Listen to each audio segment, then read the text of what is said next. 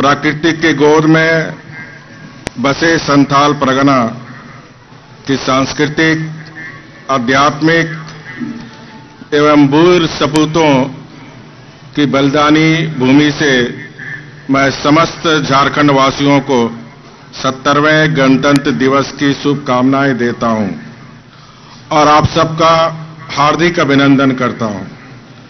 भारत के लिए गणतंत्र दिवस केवल एक पर्व नहीं बल्कि हमारे लिए यह गौरव और सम्मान का दिन है। आज का यह दिन हमारे संप्रभुता एवं जनतंत्र के प्रति एक गहरी आस्था का राष्ट्रीय पर्व है। आज का यह दिन उन महापुरुषों को स्मरण एवं नमन करने का दिन है जिनकी कुर्बानी एवं कुशल नेतृत्व ने हमें गुलामी की जंजीरों से आजाद कराया तथा विश्व के सबसे बड़े लोकतांत्रिक देश के रूप में स्थापित किया।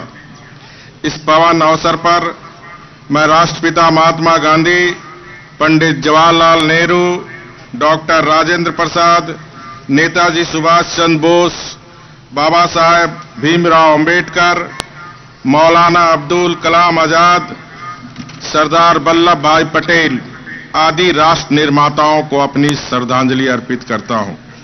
साथ ही साथ जंगे आजादी में अपना सर्वस्व निछावर करते हुए झारखंड के वीर सपूतों धरती आबा भगवान बिरसा मुंडा, शहीद तिलका मांझी, वीर सिद्धू कान्हू, चांद भैरव, फूलो झानो, वीर बुधु भगत, जतरा टाना, नीलंबर पितंबर, शेख भिखारी, पंडित गणपत राय, शहीद विश्वनाथ देव, टिके तुमराव जैसे महान विभूतियों को अपनी श्रद्धा सुमन अर्पित करता हूं। हमारी स्वतंत्रता एवं अखंडता को अक्षुण्ण रखने का सर्वाधिक श्रेय जाता है हमारी सेना के वीर जवानों को, जो अपने देश की एकता और अखंडता के लिए अपने घर परिवारों से दूर रहकर अपनी जान हथेली पर रखकर दिन रात राष्ट्र की सेवा में लगे रहते हैं ताकि हम अपने घरों में चैन की नींद सो सके।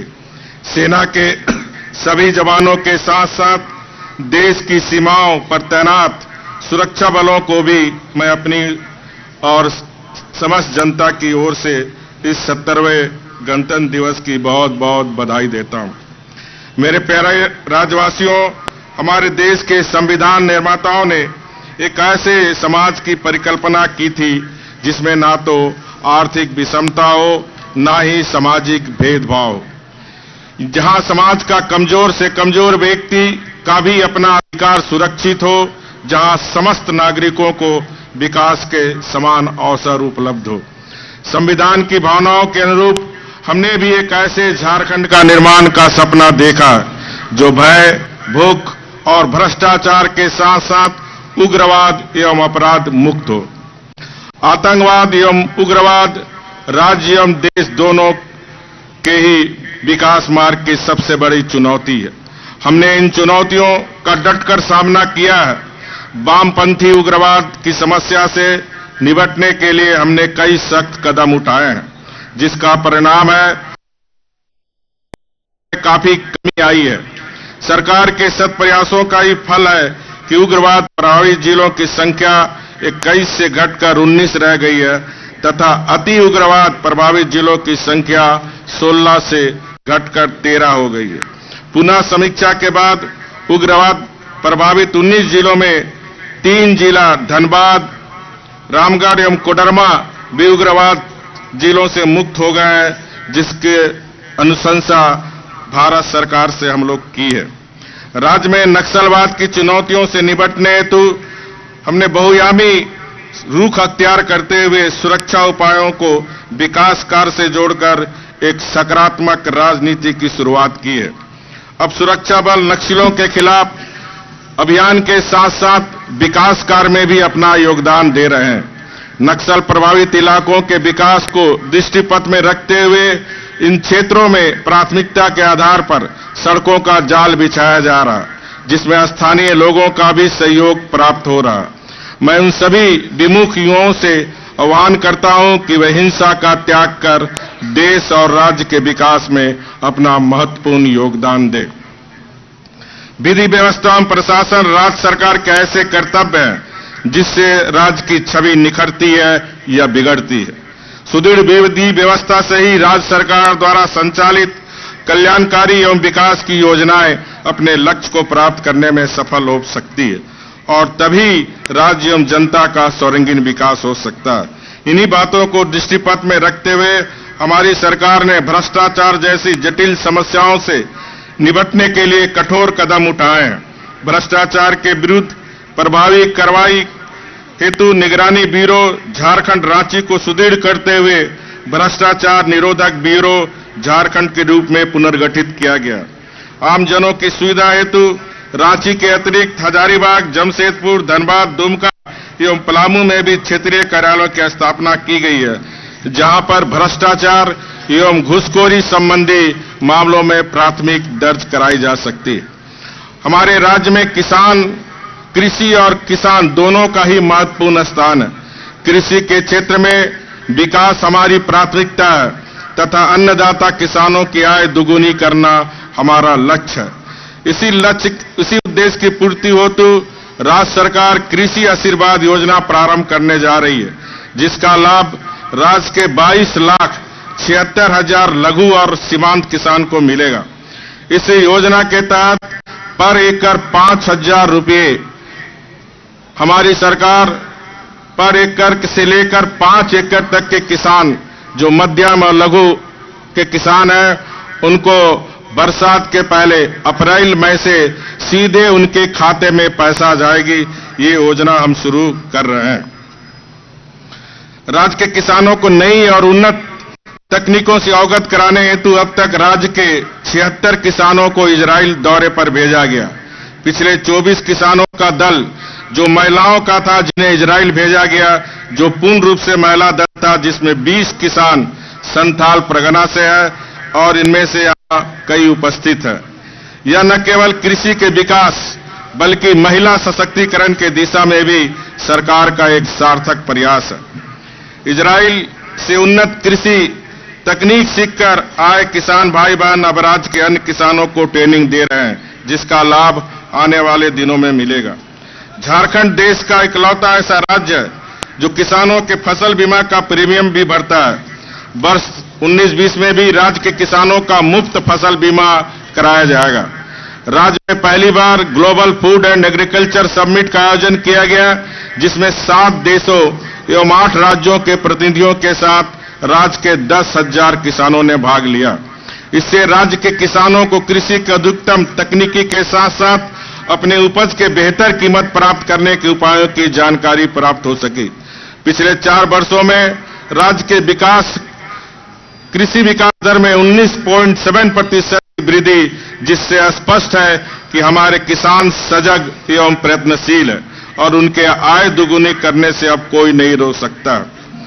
राज्य में सिंचाई व्यवस्था के सुदृढ़ीकरण के लिए हमारी सरकार प्रयासरत है। राज्य के कुल 102 पुरानी वृहद एवं मध्यम सिंचाई योजनाओं की सिंचाई क्षमता में रख रखाव एवं मरम्मति के अभाव के कारण लगभग 40% की गिरावट आई थी। हमारी सरकार ने इन सभी पुरानी सिंचाई योजनाओं के 100% जीर्णोद्धार का निर्णय लिया है, ताकि सृजित क्षमता के अनुसार उनसे सिंचाई का कार्य लिया जा सके। अब तक 50 योजनाओं के जीर्णोद्धार का कार्य प्रारंभ हो चुका है। सिंचाई से जुड़ी एक बड़ी योजना उत्तर कोयल सिंचाई योजना, जो वर्षों से अपूर्ण थी, को पूरा करने का कार्य का शिलान्यास माननीय प्रधानमंत्री द्वारा दिनांक 5 जनवरी 2019 को किया गया। इसके अलावा हमने इसी वर्ष सुफलाम योजना प्रारंभ किया, जिसके तहत भारतीय जैन संगठन के सहयोग से 5,000 तालाबों का गहरीकरण सिंचाई क्षमता में वृद्धि की जाएगी। सर्वसुलभ एवं गुणवत्तापूर्ण चिकित्सा सुविधा को जन जन तक पहुंचाने के लिए हमारी सरकार कृत संकल्पित है। विगत 4 वर्षों में स्वास्थ्य के क्षेत्र में राज्य में अनेक लोकोपयोगी कार्यक्रम प्रारंभ किए गए तथा पीपी पर निजी संस्था, एनजीओ एवं पंचायती राज संस्थाओं के माध्यम से सामुदायिक स्वास्थ्य को बेहतर बनाया जा रहा है। हमारे प्रयासों का प्रतिफल है कि राज्य का स्वास्थ्य सूचांक बेहतर हुआ एवं पूर्व में राज्य में शिशु मृत्यु दर 34 प्रति हजार जीवित जन्म था, जो अब घटकर 29 हो गया। दुनिया की सबसे बड़ी स्वास्थ्य योजना प्रधानमंत्री जन आरोग्य योजना आयुष्मान भारत का शुभारंभ माननीय प्रधानमंत्री जी के कर कमलों द्वारा राज्य की राजधानी रांची से किया गया, जिसका लाभ राज्य के 57 लाख गरीब परिवार को मिलेगा। इस योजना अंतर्गत मान 3 महीने में ही 22,000 से अधिक झारखंड वासियों को मुफ्त इलाज किया जा चुका है। राज्य की जनता को आपातकालीन स्थितियों में समुचित स्वास्थ्य सुविधा उपलब्ध कराने हेतु अत्याधुनिक सुविधाओं से लैस 108 एम्बुलेंस की सेवा पूरे राज्य में 24 घंटे मिल रही है। इसके माध्यम से अब तक 86,754 मरीजों को समय पर अस्पताल पहुंचाने का कार्य किया जा चुका है। राज्य के दुर्गम पहाड़ी एवं नक्सल प्रभावित क्षेत्रों में मुख्यमंत्री बाइक एम्बुलेंस योजना की भी शुरुआत की जा रही है। इसमें मोटरसाइकिल पर एम्बुलेंस की सुविधा दी जाएगी। इसके अतिरिक्त बच्चे के जन्म पर बेबी केयर किट की सुविधा दी जाएगी। साथ ही राज्य की सभी 40,000 सैया बहनों को मुख्यमंत्री आरोग्य कुंजी योजना के तहत प्राथमिक इलाज हेतु किट उपलब्ध कराया जाएगा, ताकि गांव में रहकर गरीब लोगों की इलाज कर सके। स्वास्थ्य सुविधाओं को समाज के अंतिम व्यक्ति तक पहुंचाने के लिए एवं स्वास्थ्य संबंधी आधारभूत संरचनाओं को मजबूत करने के उद्देश्य से विगत 4 वर्षों में 5 मेडिकल कॉलेज, देवघर में एम्स तथा रांची में कैंसर हॉस्पिटल का निर्माण कार्य किया जा रहा है। राज्य में एम्स के निर्माण से उच्च स्तर की चिकित्सा सुविधा प्राप्त करने के लिए हमारे राज्यवासियों को राज्य से बाहर नहीं जाना पड़ेगा। इसके अतिरिक्त राज्य में डॉक्टरों को कमी को ध्यान में रखते हुए एमबीबीएस की सीटों की संख्या 300 से बढ़कर 900 की जा रही है। पहले राज्य में एक भी डेंटल कॉलेज नहीं था, परंतु राज्य में एक सरकारी एवं 3 निजी डेंटल कॉलेज खुल गए। शिक्षा की गुणवत्ता प्रगति हमारी नई पीढ़ी की उन्नति की अनिवार्य शर्त है। शिक्षा के विकास से ही हम नई वैश्विक चुनौतियों से निपटने में सफल हो पाएंगे। राज्य के सभी विद्यार्थियों को गुणवत्तापूर्ण शिक्षा उपलब्ध कराने के उद्देश्य से विद्यालयों का सुदृढ़ीकरण किया जा रहा है। विद्यालयों में बेंच डेस्क, पंखा इत्यादि की मूलभूत व्यवस्थाओं के साथ साथ विद्यालयों में शौचालय एवं पेयजल की व्यवस्था सुनिश्चित की गई है, जिससे विद्यालयों में छात्र छात्राओं की उपस्थिति में लगातार वृद्धि हुई है, जिसका परिणाम है कि राज्य का ड्रॉप आउट घटकर 0 तथा साक्षरता दर बढ़कर 81.25% हो गया। नारी शक्ति, मातृशक्ति के प्रति हमेशा से हमारे मन में विशेष सम्मान का भाव रहा। उनकी क्षमताओं का लाभ परिवार, समाज और राज्य को मिल सके, इसकी लगातार कोशिश हमारी सरकार द्वारा की जा रही है। महिलाओं के स्वयं सहायता समूह का ज्यादा से ज्यादा गठन, उन समूहों को बैंक से जुड़ाव, उनका आर्थिक गतिविधियों के साथ जुड़ाव, उनकी वृद्धि एक सुनिश्चित सुविचारित कदम है। हमारी राज्य की महिलाएं आत्मनिर्भर बन रही है, साथ ही अपने परिवार को आर्थिक सबलता प्रदान करने में सफल हो रही है। हमारी सरकार ने महिलाओं को स्वावलंबी और सशक्त बनाने के लिए 1 लाख से ज्यादा सखी मंडलों के माध्यम से 17 लाख से अधिक बहनों को रोजगार उपलब्ध कराया है। महिला सशक्तिकरण हेतु नवस्थापित राजकीय महिला पॉलिटेक्निक कॉलेज दुमका को पूर्णतः छात्राओं के लिए आरक्षित रखा गया। महिला सशक्तिकरण एवं बालिका शिक्षा पर जोर देने तथा बाल विवाह जैसी कुप्रथा का अंत करने के उद्देश्य से हमारी सरकार ने मुख्यमंत्री सुकन्या योजना प्रारंभ की है। इस योजना के अंतर्गत बच्ची जन्म लेने के साथ ही 5,000 रुपये उसके मां के अकाउंट में तथा कक्षा 1 में जैसे ही बच्ची की नामांकन होगी फिर 5,000 उसके मां के अकाउंट में। जैसे ही बच्ची 5वीं, 8वीं, 10वीं और 12वीं उत्तीर्ण होने पर फिर 5-5 हजार रुपया हमारी सरकार देगी। और 18 और 20 वर्ष की आयु पूरा करने तथा मतदाता सूची में नाम दर्ज करने पर 10,000 रुपये की आर्थिक सहायता प्रदान की जाएगी। इसके अतिरिक्त कोई बेटी अगर शादी करना चाहती है तो मुख्यमंत्री कन्यादान योजना के तहत 30,000 रुपया दी जाएगी। इस तरह हमारी सरकार गरीब माताओं की कोख से जो बच्ची जन्म लेती है उस बच्ची को जन्म लेने देना, बच्चे की पढ़ाई लिखाई से शादी तक प्रोत्साहन देने का सरकार का यह प्रयास राज्य की महिलाओं को सशक्त बनाने तथा विकास की मुख्य धारा से जोड़ने की दिशा में यह एक महत्वपूर्ण कदम है। आज हम वैज्ञानिक एवं तकनीक के दौर से गुजर रहे हैं। अब देश और राज्य के विकास हेतु परंपरागत शिक्षा के साथ साथ तकनीकी ज्ञान भी अति आवश्यक है। राज्य के छात्र छात्राओं को तकनीक रूप से कुशल बनाने के उद्देश्य से हमारी सरकार ने विगत 4 वर्षों में 43 नई ITI एवं 13 नए पॉलिटेक्निक कॉलेज की स्थापना की है। हमारी सरकार राज्य से बेरोजगारी मिटाने की दिशा में सार्थक कदम उठा रही है। इसके अंतर्गत पिछले 4 सालों में 35 लाख से ज्यादा लोगों को रोजगार एवं स्वरोजगार उपलब्ध कराया है। 1 लाख से ज्यादा युवाओं को विभिन्न विभागों में सरकारी नौकरी मिली है, जिसमें 95% से ज्यादा झारखंड वासी है। साथ ही 50,000 नियुक्ति अभी प्रक्रियाधीन है। सरकार के द्वारा उठाए गए इन कदमों से युवाओं में एक नई आशा का संचार हुआ तथा प्रतिभा पलायन पर भी अंकुश लगाने में हम कामयाब हुए। सरकारी नौकरियों में भागीदारी सुनिश्चित कराने हेतु हमारी सरकार ने आदिम जनजाति के लिए 2% आरक्षण की भी व्यवस्था की है। इस वर्ष 10 जनवरी को आयोजित ग्लोबल स्किल समिट में 1,06,000 नागरिकों को निजी क्षेत्र में नियुक्ति पद दिया गया। हमारी प्रभावी औद्योगिक नीति, खासकर टेक्सटाइल नीति एवं फूड प्रोसेसिंग नीति से निजी क्षेत्र में रोजगार के काफी अवसर उत्पन्न हुए। अब मजबूरी में हमारे युवाओं को पलायन करने की आवश्यकता नहीं है। हमें यह कहते हुए अपार हर्ष हो रहा है कि आज झारखंड का हर गांव में, हर घर में बिजली पहुंच गई है। 4 वर्ष पूर्व जहां झारखंड के 68 लाख परिवारों में मात्र 38 लाख घरों में बिजली थी, आज 4 वर्ष के अंदर 30 लाख घर जो अंधेरा था, आज झारखंड के सभी 30 लाख घर में बिजली हमारी सरकार ने पहुंचा दी है।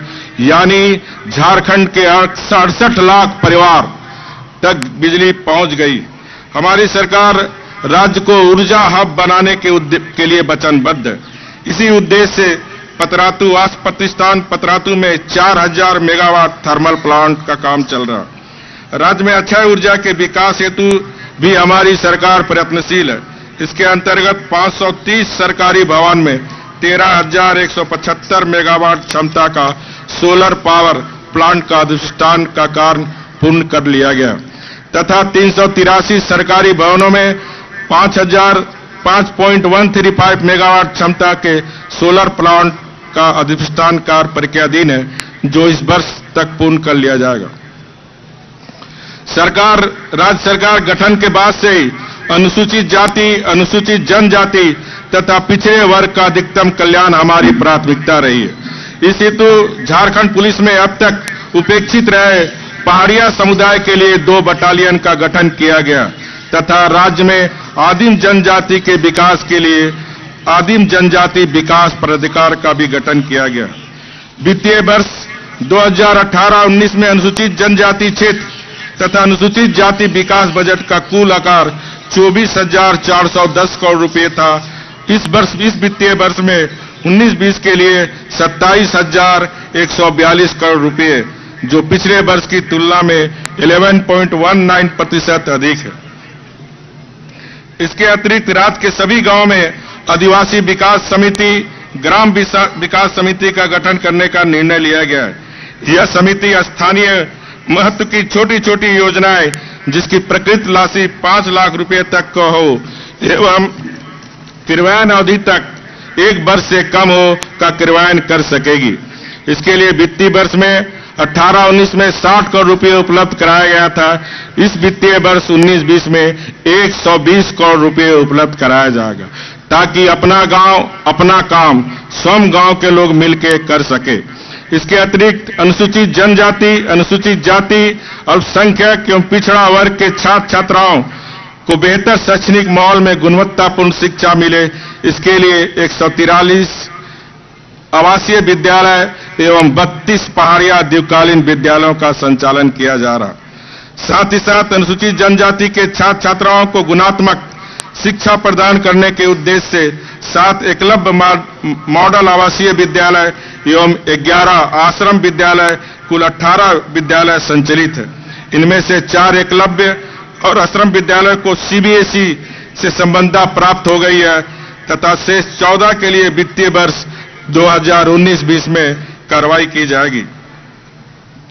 राज्य के अति कमजोर जनजाति समूह के 100% परिवारों को आवासीय सुविधा बिरसा आवास योजना के माध्यम से उपलब्ध कराने के लिए वित्तीय वर्ष 2019-20 में 3000 घरों का निर्माण करने का लक्ष्य निर्धारित किया गया। राज्य में पहली बार झारखंड राज्य अनुसूचित जनजाति आयोग, अनुसूचित जाति आयोग का गठन किया जा रहा है। इसी प्रकार राज्य में पहली बार पिछड़ा वर्ग विकास निगम का भी गठन किया जा रहा है। राज्य के संथाल परगना क्षेत्र को विकास की मुख्य धारा में लाने के लिए वित्तीय वर्ष 2019-20 में निम्नलिखित योजनाओं एवं आधारभूत संरचनाओं का निर्माण किया जाएगा। गोड्डा जिले में सैनिक स्कूल एवं प्रोफेशनल कॉलेज का निर्माण किया जाएगा। देवघर एवं साहेबगंज में 50,000 लीटर क्षमता का डेयरी प्लांट का निर्माण किया जाएगा। दुमका, जामताड़ा एवं पाकुड़ जिले में 5,000 एमटी क्षमता का कोल्ड स्टोरेज का निर्माण किया जाएगा। देवघर जिले के सारठ प्रखंड में महिला कॉलेज एवं साहेबगंज जिले में एएनएम स्कूल तथा कौशल कॉलेज की स्थापना की जाएगी। दुमका जिले के दुधानी में खादी पार्क तथा देवघर जिले में सांस्कृतिक भवन का निर्माण किया जाएगा। दुमके जिले में भी कला केंद्र एवं नर्सिंग कॉलेज का निर्माण किया जाएगा। साहेबगंज, पाकुड़ और गोड्डा जिले में नए ग्रिड सब स्टेशन का निर्माण हो रहे हैं। देवघर, बासुकीनाथ एवं साहेबगंज में जलापूर्ति योजना चल रही है। देवघर मंडल कारा को केंद्रीय कारा के रूप में विकसित किया जाएगा। हमारी सरकार ने अनुसूचित जाति जनजाति की योग छात्राओं को देश के प्रतिष्ठित सेवाओं में भागीदारी बढ़ाने के उद्देश्य से यूपीसी की प्रारंभिक परीक्षा उत्तीर्ण करने के पश्चात मुख्य परीक्षा और साक्षात्कार के हेतु एक मुश्त 1 लाख रुपया प्रोत्साहन राशि देने का निर्णय लिया। हमारी सरकार आदिवासी संस्कृति को अक्षुण्ण रखने के लिए जबरन एवं प्रलोभन देकर धर्मांतरण रोकने हेतु सख्त कानून बनाए, जिसके तहत 4 वर्ष की सजा एवं 1 लाख रुपए का जुर्माना का प्रावधान किया गया। आदिवासी महापुरुषों के सम्मान में रांची के बिरसा मुंडा जेल के संग्रहालय के रूप में विकसित किया जा रहा है, जहां भगवान बिरसा मुंडा के साथ सिद्धू कानू, नीलंबर पीतंबर सहित अन्य महापुरुषों की प्रतिमा का भी निर्माण किया जा रहा है। ऐसे आदिवासी शहीदों के गांव को शहीद ग्राम विकास योजना के तहत आदर्श ग्राम बनाने हेतु योजनाएं स्वीकृत की गई है। झारखंड में पहली बार हमारे स्थानीय प्रारंभिक स्वशासन व्यवस्था के अंतर्गत मानकी को 3,000 रुपये, मुंडा एवं ग्राम प्रधान को 2,000 रुपये तथा डकुआ, परगनेत, परमानिक, जोगमाजी, कुडुम, नाइकी, गोड़ोत, मूल रैयत, पहाड़ा राजा, ग्राम सभा प्रधान, घटवाल एवं तबेदार को 1,000 रुपया प्रति माह के दर से सम्मान राशि दी जा रही है। हमारी सरकार आदिम जनजाति के सभी गांव से पाइपलाइन से पेयजल की व्यवस्था करने जा रही है तथा संथाल परगना के चौपाल के दरमियान गांव की बहनों ने हमें शिकायत की थी कि पानी की बहुत बड़ी समस्या। इस 2019-20 के बजट में जितने भी शेड्यूल्ड ट्राइब आदिवासी गांव हैं, दलित गांव हैं, हमारी सरकार वहां पानी की टंकी बनाकर सभी गांव में पानी की सुविधा पहुंचाने का लक्ष्य निर्धारित किया, जो अप्रैल महीने से हर गांव में पानी की सुविधा, ताकि हमारी बहनों को कोई चापाकल और दूर से पानी ले जाने की दिक्कत का सामना न करना पड़े। उन्नत सड़कों का विकास किसी भी प्रदेश का विकास का आईना होता है। राज्य के विकास के रथ को गति प्रदान करने के उद्देश्य से हमारी सरकार गुणवत्तापूर्ण सड़कों का जाल पूरे राज्य में बिछा रही है। इस हेतु सभी अनजुड़े बसाहटों को बारामसी सड़क से जोड़ने के साथ साथ कोडरमा, गिरिडीह, रांची, बड़काखाना, हजारीबाग, कोडरमा, तिलैया तथा हंसडिया, गोड्डा रेल लाइन का निर्माण कार्य इस वर्ष पूरा कर लिया जाएगा। परिवहन व्यवस्था को अधिक सुदृढ़ करने के उद्देश्य से भारत सरकार की रीजनल कनेक्टिविटी स्कीम के उद्देश्य से स्कीम उड़ान के तहत जमशेदपुर, बोकारो तथा दुमका से नियमित सेवा प्रारंभ करने की योजना प्रगतिधीन है। इसके अतिरिक्त बाबा नगरी देवघर में घरेलू हवाई अड्डे का निर्माण कार्य प्रारंभ हो चुका है, जो वर्ष 2020 तक बनकर तैयार हो जाएगा। हमारी सरकार राज्य के समग्र एवं त्वरित औद्योगिक विकास के लिए निरंतर प्रयत्नशील है। राज्य के औद्योगिक विकास हेतु विगत 4 वर्षों में हमारी सरकार ने कई महत्वपूर्ण कदम उठाए हैं। सरकार के सार्थक प्रयासों के कारण राज्य में अनुकूल औद्योगिक वातावरण का निर्माण हो रहा, जिससे न सिर्फ राज्य में पूंजी निवेश का निरंतर मार्ग प्रशस्त हो रहा, बल्कि रोजगार के अवसर भी सृजित हो रहे हैं, जिसका लाभ राज्य के नौजवानों को मिल रहे हैं। झारखंड कॉर्पोरेट सोशल दायित्व काउंसिल लागू करने वाला प्रथम राज्य झारखंड है। CSR का फंड उपयोग राज्य के विकास कल्याणकारी कार्यों में किया जा रहा। राज्य सरकार अब तक उपेक्षित रहे संथाल परगना के चतुर्विध विकास हेतु देवीपुर, देवघर में प्लास्टिक पार्क तथा सीपेट सेंटर देवघर की स्थापना हेतु प्रयासरत है। भारत सरकार द्वारा दुमका परिक्षेत्र के स्टोन क्लस्टर की स्थापना के निर्मित सैद्धांतिक स्वीकृति प्रदान की गई।